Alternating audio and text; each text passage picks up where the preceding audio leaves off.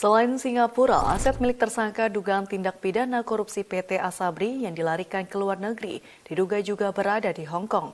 Hal ini dikatakan Koordinator Masyarakat Anti Korupsi Indonesia Boyamin Saiman. Kalau bukan dari Asabri, dari mana? Koordinator Masyarakat Anti Korupsi Indonesia Boyamin Saiman mengatakan selain Singapura, ada aset milik tersangka dugaan korupsi PT Asabri yang berada di negara lain, yakni Hong Kong. Aset tersebut milik mantan Direktur Utama PT Asabri, Sony Wijaya. Oleh sebab itu, Masyarakat Anti Korupsi Indonesia mendesak penyidik Kejagung bersinergi dengan Kementerian Hukum dan HAM dalam menyita aset-aset tersebut dengan tujuan dapat mengembalikan kerugian negara yang mencapai 23,71 triliun rupiah.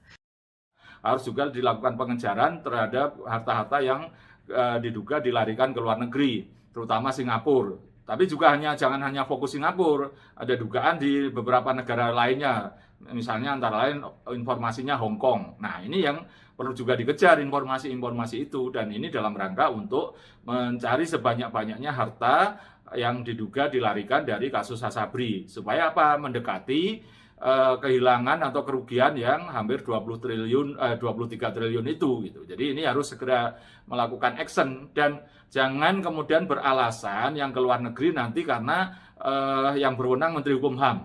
Ya segera aja minta Menteri Hukum HAM melakukan rapat bersama, kalau perlu didatangi Menteri Hukum HAM-nya untuk segera melakukan proses-proses pengejaran harta di luar negeri.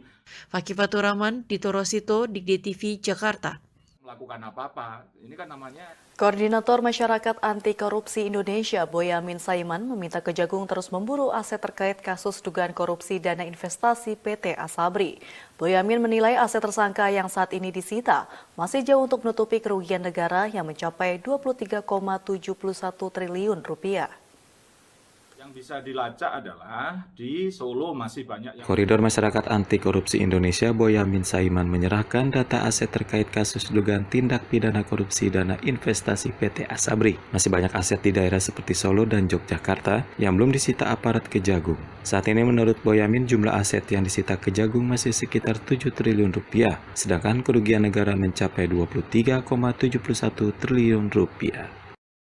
Yang bisa dilacak adalah di Solo masih banyak yang belum disita dari daftar saya yang sudah saya berikan. Di Boyolali juga masih ada beberapa yang juga belum disita. Bahwa ada kendala misalnya terkait dengan kurangnya data karena diakui bukan dari Asabri. Ya tinggal dilacak, kalau bukan dari Asabri dari mana? Kalau dari perusahaan yang lain atau BUMN lain atau dugaan pencucian yang lain ya juga dikejar aja gitu kan. Jangan sampai ini dikamuflase dengan seakan-akan bukan dari Asabri. Jangan cepat-cepat menyerah lah. Dan kemudian juga yang di Jogja itu berkaitan dengan informasi tentang pengadaan pabrik atau base camp untuk pemecah batu. Itu juga pernah saya informasikan. Fakih Fatur Rahman, Dito Rosito, Digde TV melaporkan dari Jakarta. Sekarang kan sudah imunisasi dan lain sebagainya.